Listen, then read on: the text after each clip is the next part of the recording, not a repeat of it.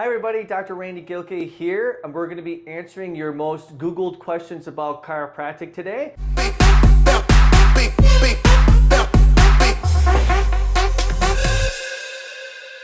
Alright, so let's get started with the first one. Are chiropractors doctors? Yes, we are doctors. Not only do we go to undergrad school for roughly about 4 years, but we actually do a lot of medical training at our chiropractic universities for another 3. For instance, I went to Palmer University in Davenport, Iowa.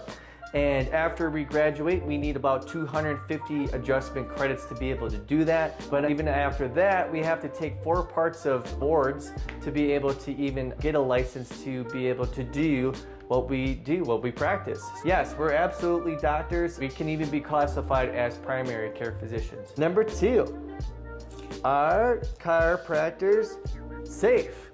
Absolutely. So the thing is, a lot of people get nervous when they hear maybe the cavitation sound in the neck. As with any profession, it's very important that we do a very thorough examination, so then it minimizes risk as much as possible. But yeah, we're absolutely safe. Number 3, are chiropractors covered by insurance?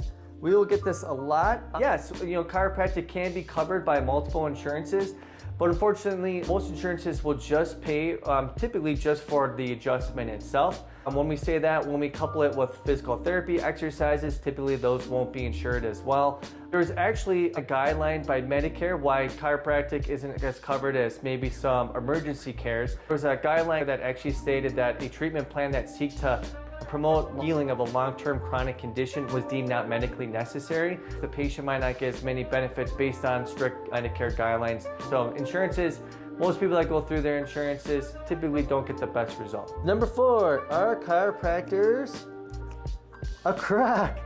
Yeah, so no, we're not crocs. I would like to actually write, instead of croc, what most people might associate chiropractic with is quack. It's interesting because actually in the Supreme Court in 1987, the American Medical Association was found guilty by the Supreme Court for actually trying to destroy the profession of chiropractic.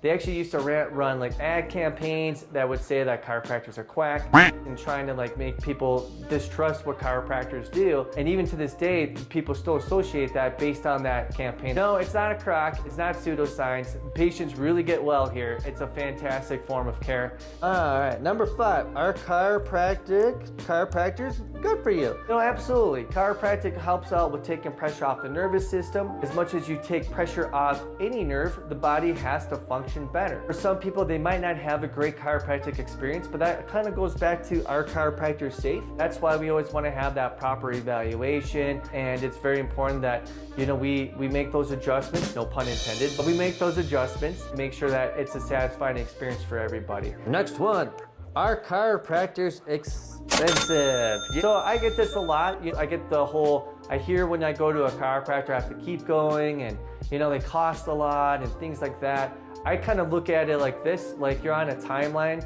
and we're in the middle. You can either start doing little things to keep building health, but if you do nothing for your health, you're also going to be slowly drifting towards the sickness and disease portion of health and wellness. For instance, short story about me, I got sick multiple times with Addison's disease. It was an adrenal gland disorder that luckily I've been able to work on health style choices that I've done over the years. But every time I would go to the emergency room, which was 3 or more times, I would get a bill in the mail for about roughly $3,500 about 3 to 4 months later. So to me, losing my health was way more expensive than actually working on it long term, and my quality of health was better, for the future, moving forward. So are chiropractors expensive?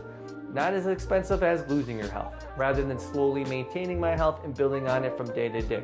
Can chiropractic help with tinnitus? If you don't know, tinnitus is going to be that soft humming sound somebody might hear, or it could be a higher pitch sound in somebody's ear. A lot of times, this is going to be from patient to patient. Where is the patient going to benefit from chiropractic care? They possibly could, but if they have a history of where they go to loud concerts or construction workers around heavy machinery, and they've caused inner ear damage, or the styla, the little hairs in their inner ear are broken off, I can tell you chiropractic probably isn't going to be able to help with that, unfortunately. Sometimes there is a cranial nerve, your 8th cranial nerve, called your vestibular cochlear nerve, which is at the base of your skull that actually goes to your inner ear, that chiropractors can adjust, and it can actually help relieve that tinnitus. So sometimes it can help, but it varies from patient to patient. Next one.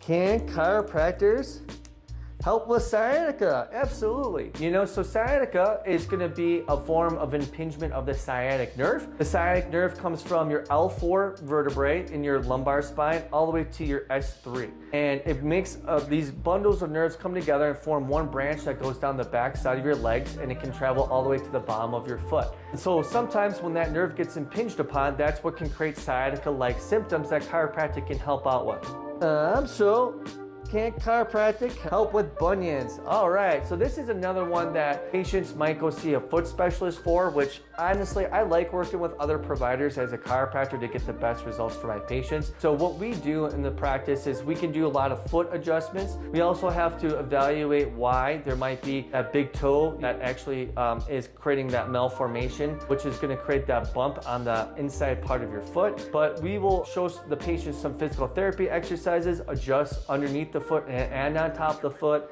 We'll recommend things like toe spacers and, like I said, physical therapy exercises at home that can really give patients great results that slowly over time can work on straightening the structural issues of the foot, and that bunion can decrease in size with consistent over time care. So absolutely it can with the right treatment plan. Next, can chiropractic help with vertigo? So this one's going to be closely related with tinnitus, because vertigo can be that kind of that dizziness that you get, or it could just be from motion. It can also be closely related with inner ear issues, and also can be related with that same vestibular cochlear nerve that I was talking about for tinnitus. But one really specific adjustment I do in my clinic, I do this upper cervical lifting adjustment that can actually help take pressure off the brainstem, which is part of the cerebellum area, which can actually help with balance and coordination of vertigo. So sometimes we can see really great results with that, but once again, this is another thing that varies from patient to patient. So since you guys have so many questions, we're getting there. We have 3 more to go.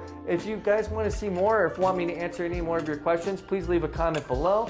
We'd love to do another video like this anytime. So next one, can chiropractic help with scoliosis? Fun fact, we already have a video out on our channel which shows me adjusting a patient with severe scoliosis. My care, especially with a pedibond-based correctional style of care, can actually work with straightening out the spine, and with physical therapy exercises give us the best result for scoliosis. Just to help limit expectations, no, it's probably not going to make your scoliosis straight, but we can definitely make it better without bracing, without surgery, and definitely trying to prevent future surgeries and getting patients off drugs. And we want to prevent those surgeries as much as possible, because when that fusion is there, it's there for the rest of your life. And those bones are now fusing over time, and that can actually accelerate the degeneration process. So yes, we can definitely help out with scoliosis. If you know somebody that's a friend or family member that has that, please get them in, as soon as possible. And we can not only help improve that in a lot of cases, but also help them have a better quality of life. 2 more to go. This one is long. All right, can chiropractic make spondylolisthesis worse? It absolutely can. So if you don't know what a spondylolisthesis is, we're gonna have to look at this chart here. You have these curves from the side, and the vertebrae have these ligaments that connect the back of the vertebral body from one ligament to the next. A spondylolisthesis is, for instance, if the L4 would shift forward on top of the L5 by a couple centimeters, stretching out the ligaments that connect those vertebrae in place. If you adjust a patient without proper evaluation or x-ray on a spondylolisthesis in that direction, you could make potentially a spondylolisthesis worse. But if you do have a spondylolisthesis, don't let that hold you back from getting chiropractic care, because when you do see a chiropractor that really knows what they're doing, they can actually help manage that and improve that and get that in better alignment with that ligaments and give you a great ordeal relief. So yes, chiropractic can make spondylolisthesis worse in the wrong hands. They can absolutely make it better, and there's definitely no reason not to see a chiropractor if you have that anywhere in your spine, just as long as it's properly evaluated. And the last one of your Googled questions, can chiropractic make fibromyalgia worse? And this just has to go back to basically what we've been saying all along. If you're a patient that has not been properly evaluated, sure, you don't want to be thrusting really hard on a person that might have 13 over 18 trigger points throughout their body in pain. You know, you can make things worse. You're gonna really wanna be delicate with these patients. You're gonna have to warm up their spine properly and let them know that it's gonna take time for their body to heal. The most important thing too for me that I see with not just fibromyalgia, but with other systemic diseases, is when we actually adjust the upper cervical part of the spinal cord, this allows to help the nerve flow trickle down the rest of the body, all the nerves, you know, to every organ and tissue and cell in your body, so the body begins to generally heal as a whole. If you guys have any more questions about this, I really hope this was beneficial. I really hope you made it to the end, because now you're a chiropractic pro and you shouldn't be holding yourself back from getting chiropractic care, whether it's my clinic or anywhere else.